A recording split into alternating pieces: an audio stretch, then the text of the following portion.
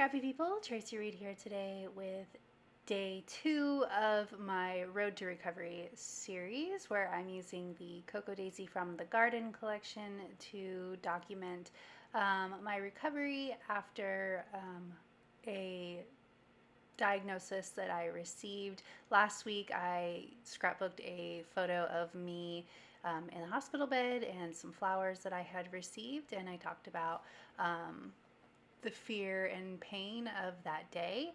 Today I am scrapbooking these photos that are just 2 days later, 2 days literally after a day that I thought that I was going to be bedbound for the rest of my life. 2 days into, well, this is the third day of being on medicine for my condition, and I am walking my dog. I am out of bed, which I hadn't been out of bed in weeks, really. I'm out of bed. I'm taking an hour-long walk with my puppy, who desperately needed an adventure outside, and I am enjoying my life. I am not recovered. I am not completely recovered, I should say. I'm still struggling with especially some side effects of the meds, but I am existing outside of my home, which I just felt like, when you get really sick and you feel like nothing's ever going to be good again. That's where I had been. So this is a more joyful page, a more springy page. I took that photo of the flowers and the ladybug while I was on this walk, and I just really love the way that it coordinates so well with this page, so I decided to make it very large and just representative of the hope that I was feeling and have been feeling ever since I started getting treated finally. So fighting with my hole punch, I decided to cut some triangles of the opposite sides of the pages, like the pattern papers, to bring both sides together. And it doesn't perfectly line up, the triangles on either side, but when I'm done with this page, you will see that it really visually leads your eye diagonally across the page, and really makes the two pages come together in a very simple way. You can see already how well that's working. I have my journaling folded into this 4x6 journaling card, and I didn't really feel like I needed to keep this journaling on this page private, but I like covering up my journaling when I can, or making interactive pages. You know me, I like to have lots of bits and pieces and movement on my pages, so I decided to fold up that 4x6, use it for a journaling card, a little flippy flappy. I am going to rearrange these photos a bit, because when I start putting embellishments on them, they kind of, I don't really like them in a straight line, so we're gonna change it. I'm looking for a word bit to use with this washi tape. So I used the same washi tape on the last page in this series to mark the date, and that is how I'm drawing all of these pages together. We're sort of working our way through the week post treatment.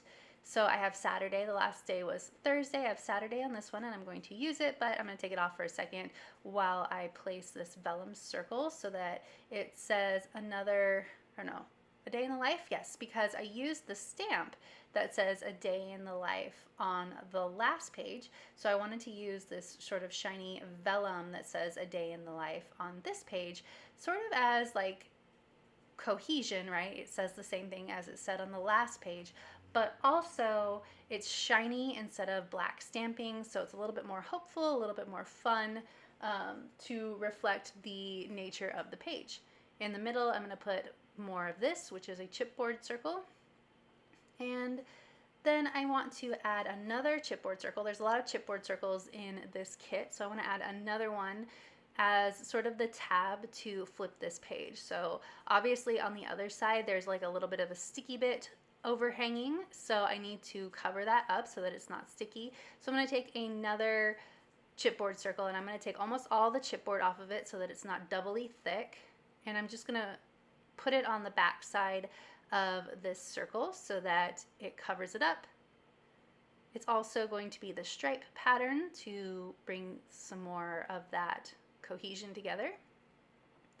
All right, so that is the base of this. I'm gonna add in another circle. I bring in a few of these chipboard circles because they all sort of apply to this page, but I'm only gonna end up using, I think, one or two. I think just one, maybe two, but I wanna use this on our walk because very rarely do I take photos on walks, so I wanna use it while I can. And I think that it looks really good right there on this side of this photo because you can see the triangle that is formed with all three of those circles, and I think it looks right to me.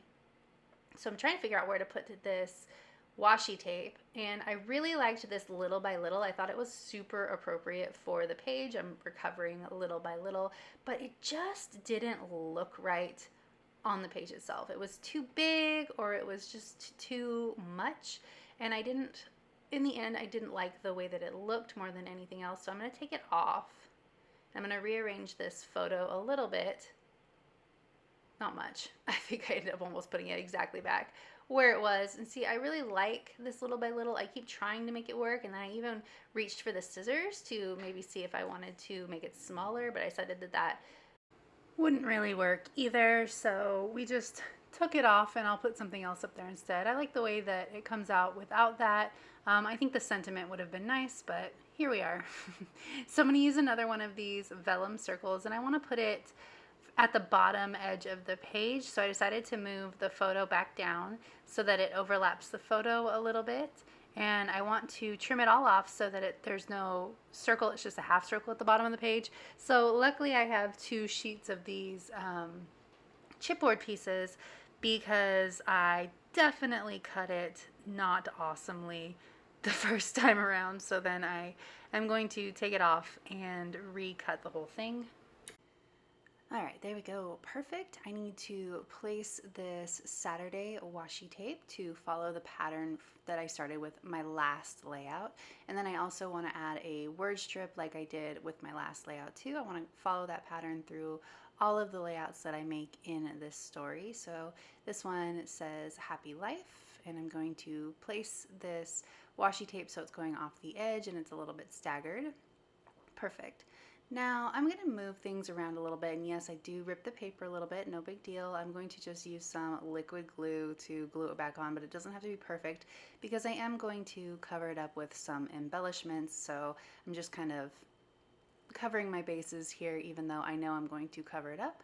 I did leave that photo there long enough that it did rip up the paper. Most of the time I can take things off the page pretty easily, but nope, not that time. No big deal though. So I did stagger them so that they are not in a straight line, and I'm going to use some butterflies. Butterflies are always hopeful to me, and I thought that that was appropriate for this page, and it brings in a little bit more color. We have a lot of yellow and green going on here, so I wanted to make sure I brought in just a little bit more color. I do like the color scheme. It obviously matches that photo really well, and I thought that it looked good, but I like bringing in just pops of color here and there, especially since that journal card, when you open it up, has a lot more color than just yellow and green. And I want to take some of these die cuts, these adhesive die cuts that are flowers, and I want to frame some of this stuff as well. Just kind of making everything look like it's growing out of these photos or these journal cards. I really want to lean heavily into the florals on this page because I think that I was just feeling the hopeful new growth vibe of the whole thing. So I'm kind of auditioning some of these flowers, trying to decide which ones I want where. I did put down that yellow flower next to my photo, but I am going to change it out eventually. But I'm just kind of actually trying to take up space a little bit too.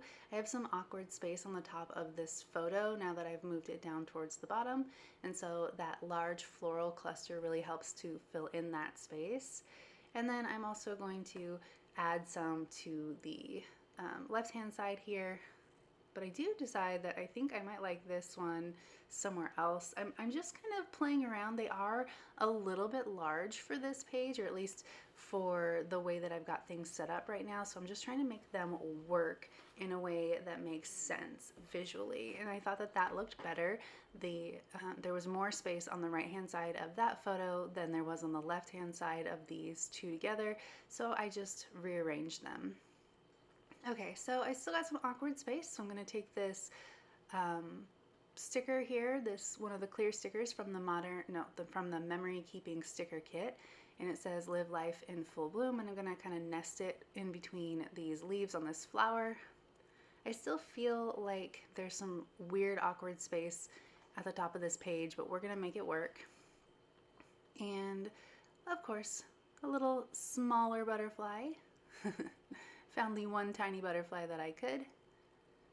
I have this rest of this sticker, which is actually what framed this live life in full bloom, but I can't quite make it work on this page, so I set it aside.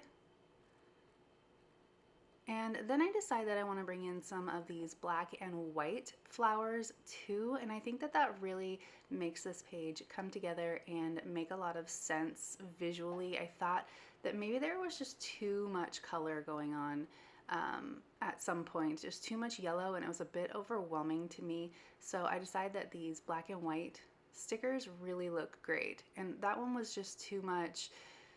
It like bled off of the journal card too much with the same kind of style of photo or of flower, so I thought that that looked a lot better here.